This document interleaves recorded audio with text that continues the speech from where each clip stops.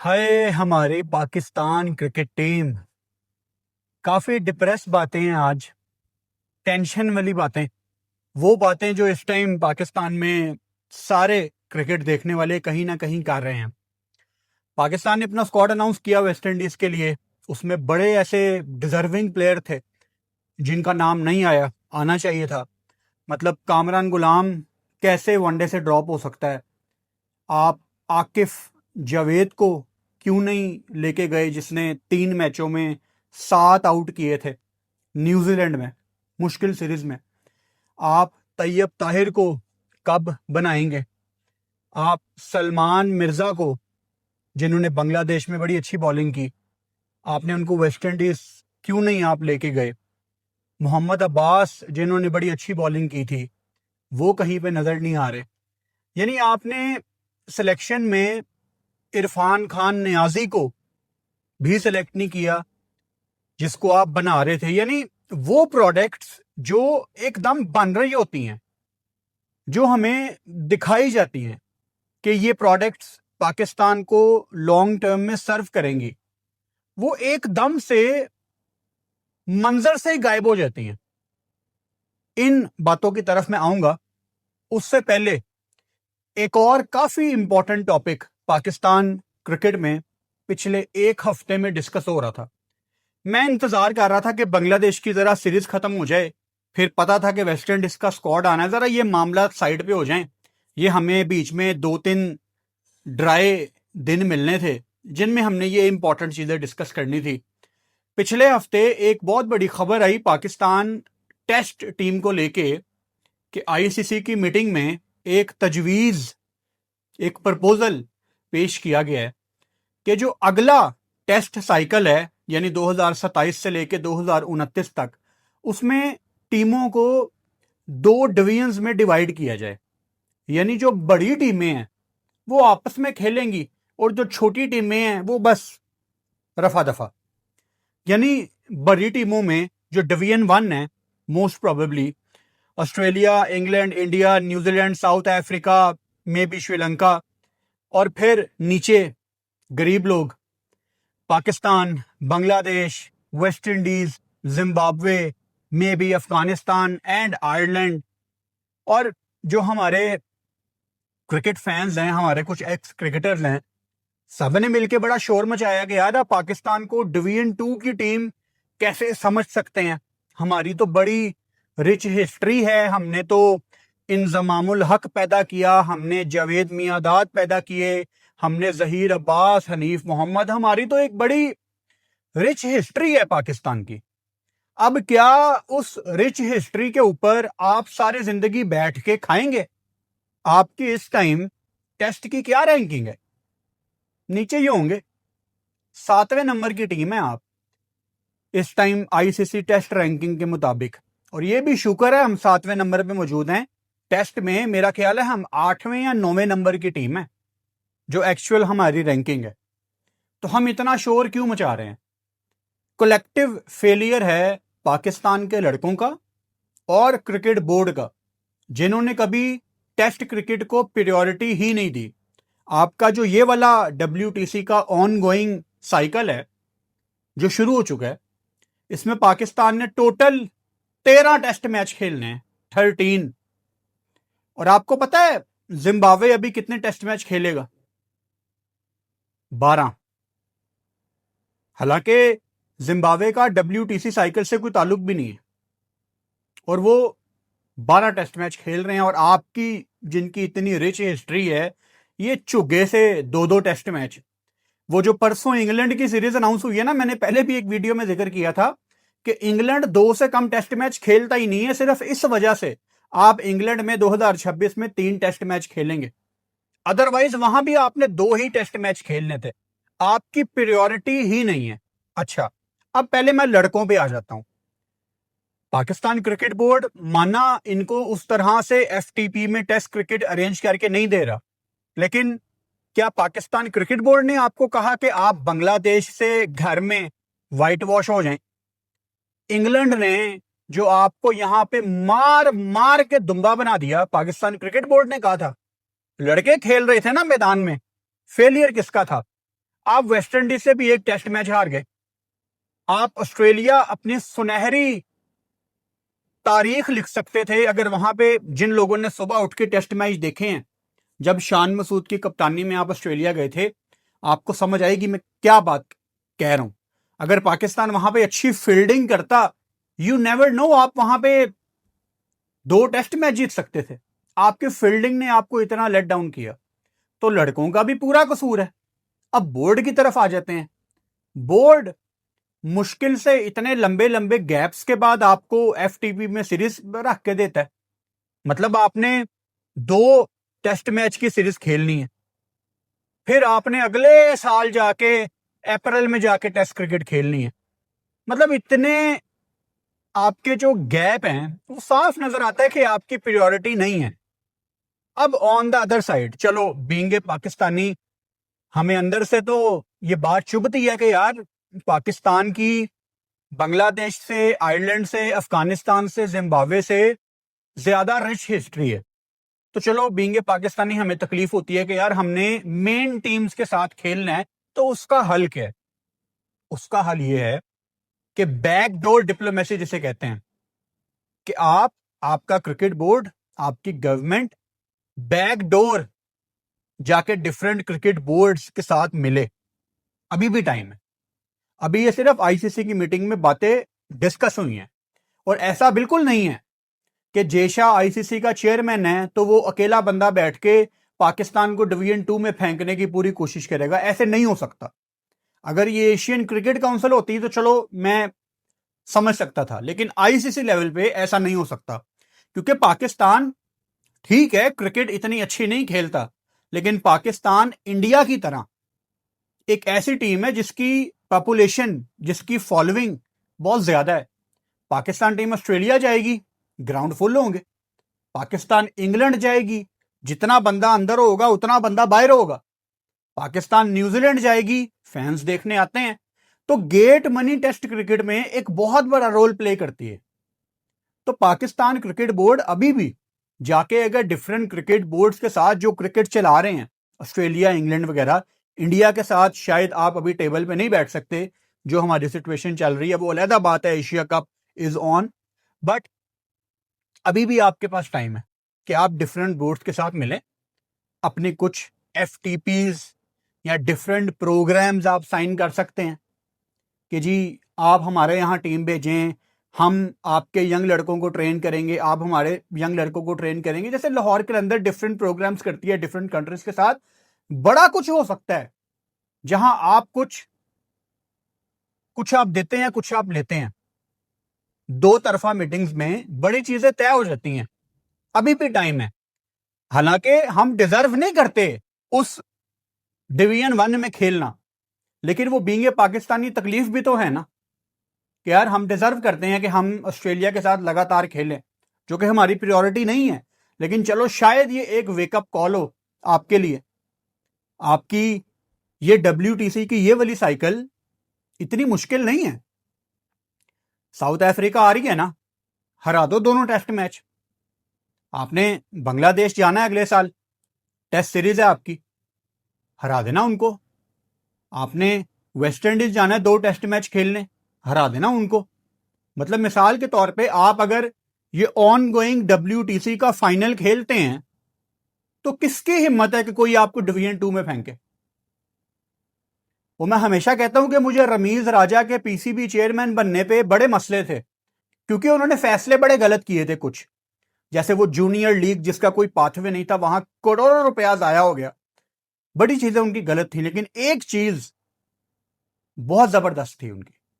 वो cricket players को कहते थे कि बॉयज आप क्रिकेट ही ऐसी खेलो कि सारी दुनिया मजबूर हो जाए आपकी इज्जत करने पे, और वो आपके हाथ में है। अब जैसे दुनिया का जो अमीर तरीन क्रिकेट बोर्ड है वो इंडिया है, लेकिन जब पाकिस्तान ने 2021 में इंडिया को हराया तो उनके अपने मीडिया ने अपनी टीम को गिरा दिया था कि क्या फायदा आईपीएल का, क्या फायदा रणजी ट्रॉफी का, क्या फायदा दुनिया का इतना अमीर तरीन क्रिकेट बोर्ड होने का।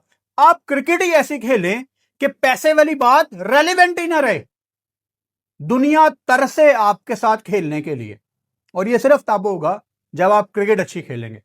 आपके हाथ में वही बल्ला है जो दुनिया की दूसरी टीमों के बड़े बैटर्स पकड़ते हैं।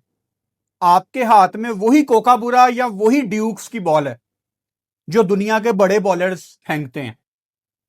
इक्विपमेंट सेम है, स्किल और फिटनेस में हम मार खाते हैं। तो प्लेयर्स की भी बहुत बड़ी रिस्पॉन्सिबिलिटी है। फिर मैं ये भी समझता हूं कि अगर आपको कम टेस्ट क्रिकेट मिलती है तो आप उस तरह से परफॉर्म नहीं कर सकते शायद। मैं इसमें इसीलिए मैंने कहा कि ये कलेक्टिव फेलियर है, बोर्ड का और प्लेयर्स का। मैं हमेशा यहां पे एक आसान एग्जांपल देता हूं असद शफीक और अजहर अली की, जिनके अंदर इतना पोटेंशियल था और वो 3-3 4-4 महीने टेस्ट क्रिकेट ही नहीं खेलते थे। अब एक टाइम पे वो एक ही फॉर्मेट खेलते थे, तो जब वो 3-4 महीने के बाद पाकिस्तान की तरफ से एक्शन में आएंगे और यार उनको चुगे से 3-4 इनिंग्स मिलती थी। आज दुनिया 5-5 मैचों की सीरीज खेलती है, 2-3 इनिंग्स तो किसी बैटर को फॉर्म आने में लग जाते हैं, फिर जाके वो सीरीज में कम बैक करता है, हमारी सीरीज खत्म हो जाती है। तो मुश्किल हो जाता है। अब जैसे साजिद नुमान ने बड़ी अच्छी यहां पे बॉलिंग की, अब भूल गया, पता नहीं यार कितने महीने गुजर गए। आपकी बैक टू बैक सीरीज हो, मुझे वो पुराना जमाना बड़ा याद आता है यार। 5 वनडे, 3 टेस्ट, 1 T20, 2 T20, बस मजा आता था यार। अब क्या, श्रीलंका से हमने 3 वनडे खेलने हैं, आयरलैंड से हमने 3 वनडे, 3 T20, श्रीलंका से ये 3-3-3-3, मुझे समझ नहीं आता। मैं 5 वाला बनता हूं, 5 वनडे होने चाहिए, समझ आते हैं। 3 T20, चलो 5 ही T20 कर लो अगर कमर्शियल पॉइंट ऑफ व्यू से हम देखें तो। ये सारी टेस्ट की बात थी। अच्छा, पाकिस्तान ने काफी वेल डिजर्विंग लड़कों को ड्रॉप किया है वेस्ट इंडीज की सीरीज के लिए, जिसमें तकलीफ तो मुझे इन सब की है जिनकी अभी मैं बात करूंगा। लेकिन आकिफ जवेद, जो कि मैं इनको मतलब पिछले पता नहीं कितने सालों से देख रहा हूं पाकिस्तान क्रिकेट के सर्कल में कि यार ये बंदा कोई 2019-20 से मैं इसका नाम सुन रहा हूं। एंड मैंने कराची किंग्स में काम किया हुआ है।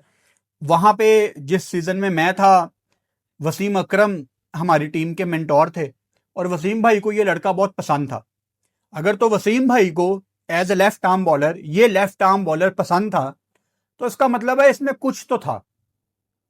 थोड़ा पहले इसको पाकिस्तान खेल लेना चाहिए था, लेकिन चलो न्यूजीलैंड की एक मुश्किल कंडीशन जहां पाकिस्तान का कोई खास चांस नहीं था, क्योंकि T20 में इन्होंने हमें मार मार के साइड पे कर दिया था। उस सीरीज में आकिफ जवेद ने 3 मैचों में 7-8, सॉरी कितने हैं, 7 या 8, 7 ही हैं। 3 मैचों में इसने 7 आउट किए थे। पहले वनडे मैच में आकिफ जवेद ने नसीम शाह से अच्छी बॉलिंग की थी, मुझे एग्जैक्टली याद है, बड़े अच्छे अच्छे स्पेल थे। मोहम्मद अली से भी अच्छी बॉलिंग की थी। पहले मैच में इसने 2 आउट किए। दूसरे वनडे मैच में इसने 1 आउट किया, बड़ी अच्छी बॉलिंग की, सबको मार पड़ रही थी, बट 10 ओवर में सिर्फ 48 और हारिस राउफ को 10 ओवर में 75 पड़ा था।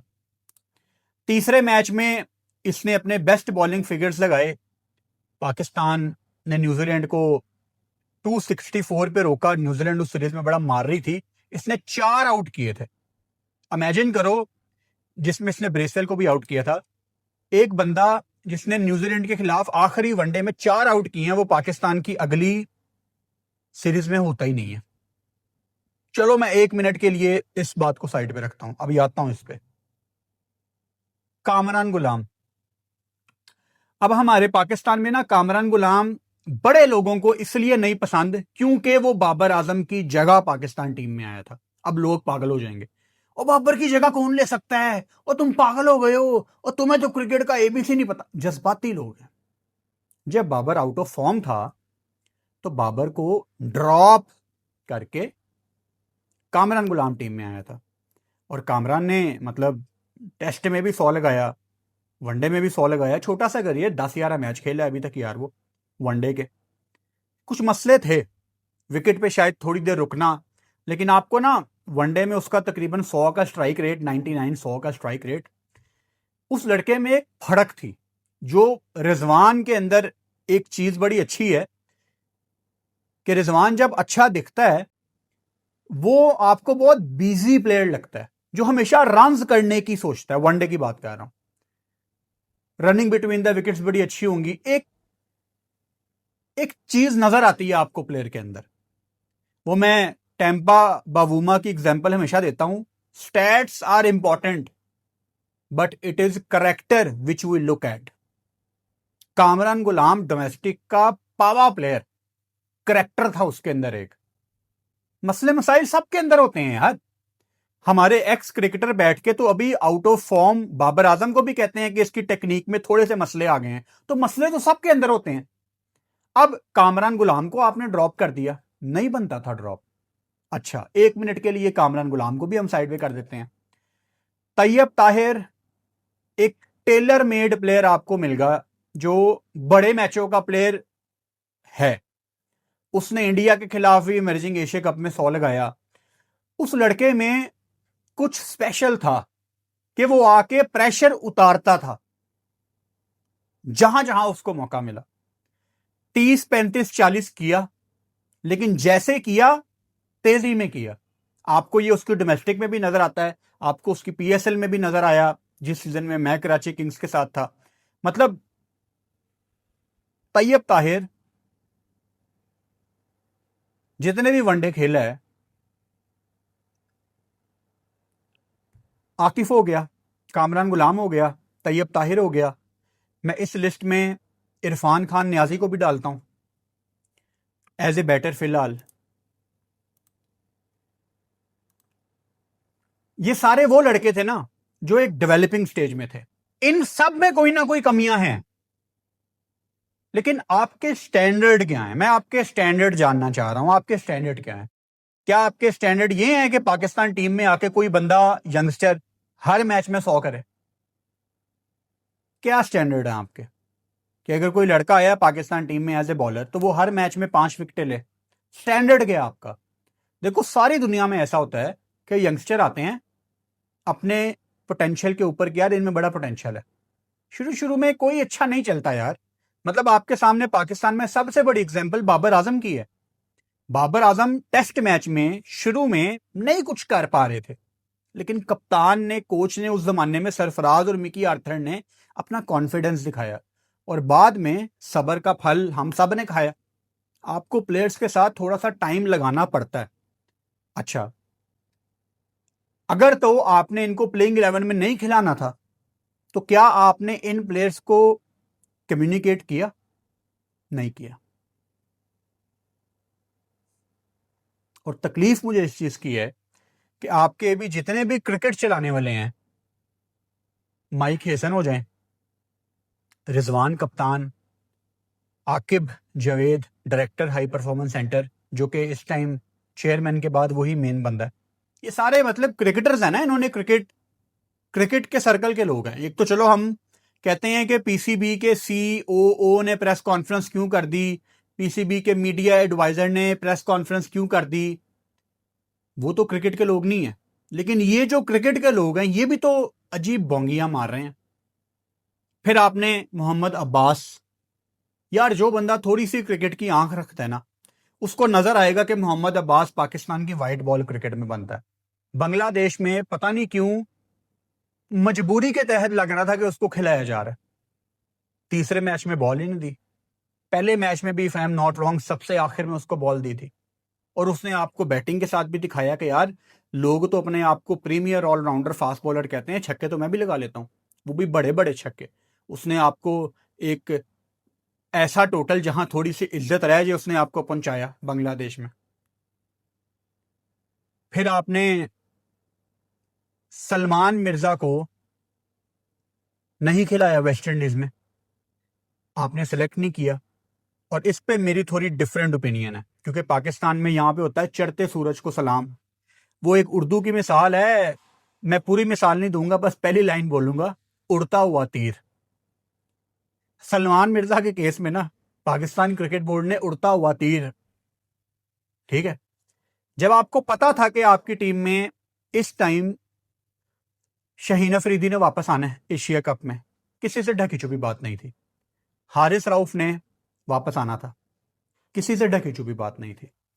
मैं तो कहीं ना कहीं अपने दिमाग में आकिफ जावेद को कंसीडर कर रहा था कि शायद यार वो भी, क्योंकि खेला था न्यूजीलैंड में और उसने अच्छी बॉलिंग की थी। आपके पास यहां पे अब्बास बड़ा अच्छा मुझे नजर आ रहा था, वसीम जूनियर को हम कब से पाकिस्तान टीम में देखना चाह रहे हैं। हसन अली ने जिस तरह कम बैक किया, आपकी बॉलिंग पूरी थी। आप एक गलत टाइम पे आपने एक बॉलर को एक सीरीज खिला दी। Even Ahmed Daniyal as well. हमने शायद पहले मैच में या उससे पहले भी बात की थी, शायद मैच से एक दिन पहले, कि इस सीरीज में सलमान मिर्जा जिनका तय था कि उन्होंने डेब्यू करना है, वो जितनी मर्जी अच्छी बॉलिंग कर ले, वो शायद अगली सीरीज में नहीं जाएगा। तो आपने खुद ही अपने इर्द गिर्द घेरा इतना तंग कर लिया, आपने सिचुएशन ही अजीब बना ली, जहां पे फैंस अब आपके ऊपर चढ़ गए हैं कि जी आपने सलमान मिर्जा को क्यों नहीं लेके गए, उसने तो बड़ी अच्छी बॉलिंग की। लेकिन मेरे पास फिलहाल अभी बात करते हुए इस चीज की कोई कंफर्मेशन नहीं है, लेकिन आई कैन एज्यूम कि सलमान मिर्जा को बताया गया होगा कि आप सिर्फ बांग्लादेश की सीरीज में हैं, जैसे हसन अली को बताया गया था कि आप बांग्लादेश नहीं जा रहे, आप वेस्ट इंडीज जाएंगे।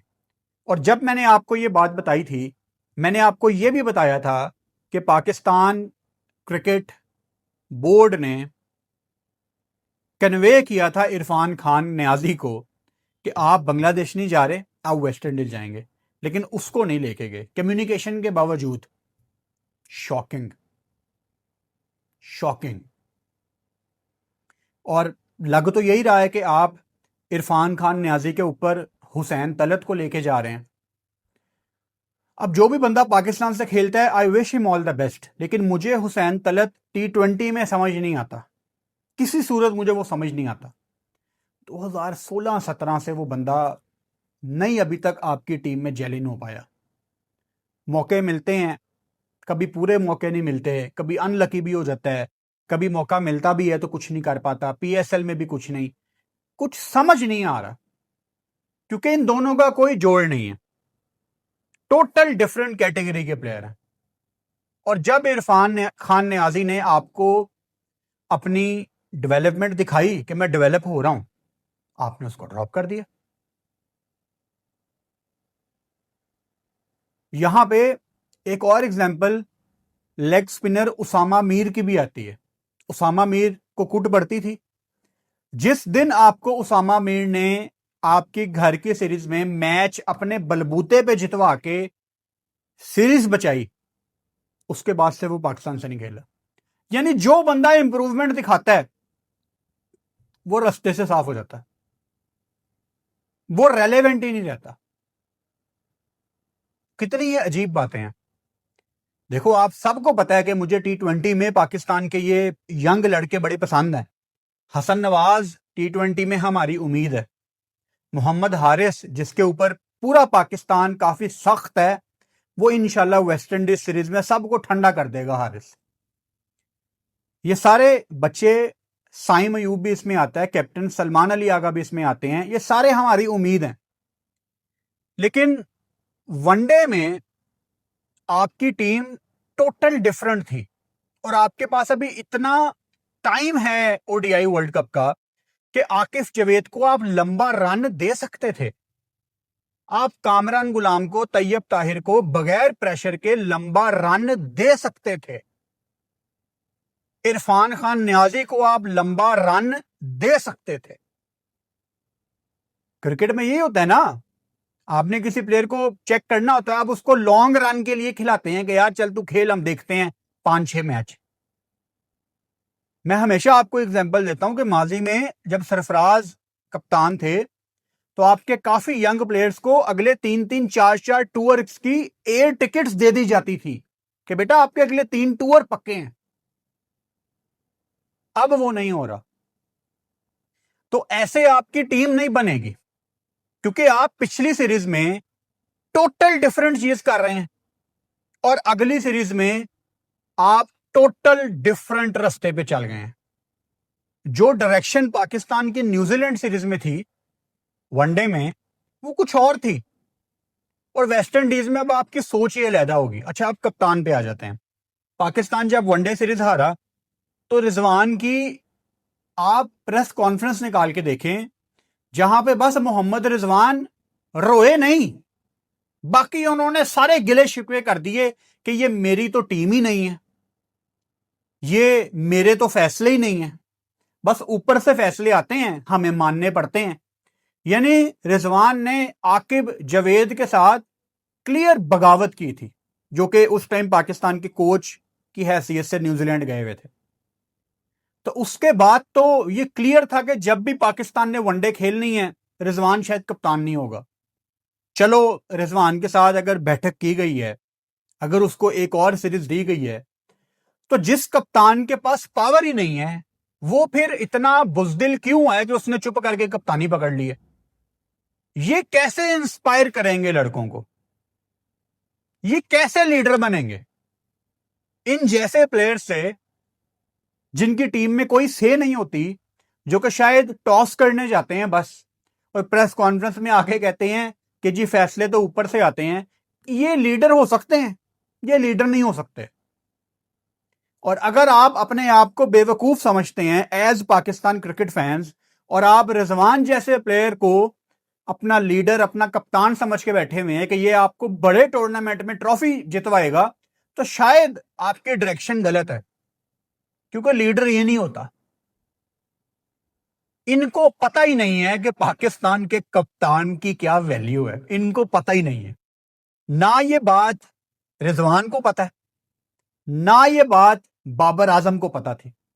और पाकिस्तान का कप्तान कोई बात कहे, 24-25 करोड़ पाकिस्तानी उसके पीछे खड़ा हो जाए, ऐसी की तैसी कोच की टीम ग्राउंड में कौन लड़वाता है? कप्तान। आपकी क्रिकेट ऐसी होनी चाहिए, ग्राउंड में जाके जब आप, हम टीवी पे देख रहे हैं ना कि हमारे कप्तान ने कॉलर ऊपर कर दिए हैं, तो यहां पे बैठे बैठे जज्बा आ जाए। और कप्तान की टौर ही कुछ और होती है। इन्होंने कप्तान बनना है, मुझे तो इन पे तरस आता है कि ये एवरेज क्रिकेटर्स हैं, फैसला लेने की इनके अंदर एबिलिटी नहीं है, अपने पसंद के प्लेयर को ये पाकिस्तान टीम में खिला नहीं सकते, और इनको कप्तान बनने का शौक है, और ये ख्वाब देखते हैं वर्ल्ड कप्स के। ऐसे नहीं होता। मतलब एक छोटी सी एग्जांपल है तो ये प्लेयर पावर, लेकिन विराट कोहली जब इंडिया को लीड कर रहा था, उस बंदे ने अनिल कुंबले को एज इंडियन कोच हटा दिया था कि मुझे ये बंदा हमारी टीम का कोच ही नहीं चाहिए। आपकी टीम की परफॉर्मेंस तगड़ी हो, आपका बल्ला दुनिया को ठा ठा करके मार रहा हो, और कोई दूसरी टीम का प्लेयर आपकी आंखों में आंखें डाल के ना देख सके, वो कैसे क्रिकेट बोर्ड आपकी बातें नहीं मानेगा भाई? आप अपने आप को एज ए प्लेयर ऐसा ब्रांड बना लो कि पूरा क्रिकेट बोर्ड आपके रहमो करम पे हो कि यार ये हमारा कप्तान है, यही है जो कुछ है, ये फेस है हमारा। क्या अभी तक आपकी टीम में आपने अभी ये पिछले 2 कप्तानों में कोई कप्तान देखा है ऐसा? इवन सरफराज तक आप चले जाएं, उसमें भी ये बात नहीं थी, विद ऑल ड्यू रिस्पेक्ट। अगर इस जनरेशन में कोई तगड़ा कप्तान हमने देखा है ना, तो शायद वो इंजमामुल हक थे, जो अपनी बात मनवाना जानते थे। क्यों? क्योंकि उनकी ट्रेनिंग इमरान खान के अंडर हुई हुई है। वो जनरेशन ही अलग थी यार पाकिस्तान की, जो अगर अपनी बात मनवाते थे तो वो खुद भी फ्रंट से लीड करते थे। अभी इन लड़कों का कसूर ये है कि ये फ्रंट से लीड ही नहीं करते, ये इंस्पायर ही नहीं करते। टीम हमेशा तब बनती है जब जूनियर लड़के कुछ सीखते हैं। अगर ऊपर वालों को कुछ सिखाना ही नहीं आता, अगर किसी यंगस्टर को कैप दी जा रही है, और इतना बड़ा प्लेयर कोई 10 साल 15 साल से वो पाकिस्तान के सर्कल में है, और उसको एक लाइन नहीं बोलनी आ रही अपने नौजवान खिलाड़ी को, उसने क्या इंस्पायर करना है? बच्चे हंसते हैं इन पे, पाकिस्तान टीम के लड़के, कि यार ये वड्डे प्लेयर बनते फिरते ने, इन्होंने बोलना नहीं आया आज तक। तो खैर, ये इतनी ज्यादा बातें थी पाकिस्तान क्रिकेट की, मैंने कहा एक ही वीडियो में करते हैं, और ये सारी बातें वैलिड हैं, ये ऑन गोइंग इश्यूज हैं। लड़कों को ड्रॉप करना, टेस्ट डिवीजन, सब कुछ रेलेवेंट है। आपकी इस पे क्या ओपिनियन है, मुझे कमेंट बॉक्स में बताओ। चैनल को सब्सक्राइब कर लो। और बेल आइकन लाजमी दबाओ ताकि आने वाली वीडियोस का नोटिफिकेशन आपको मिल सके।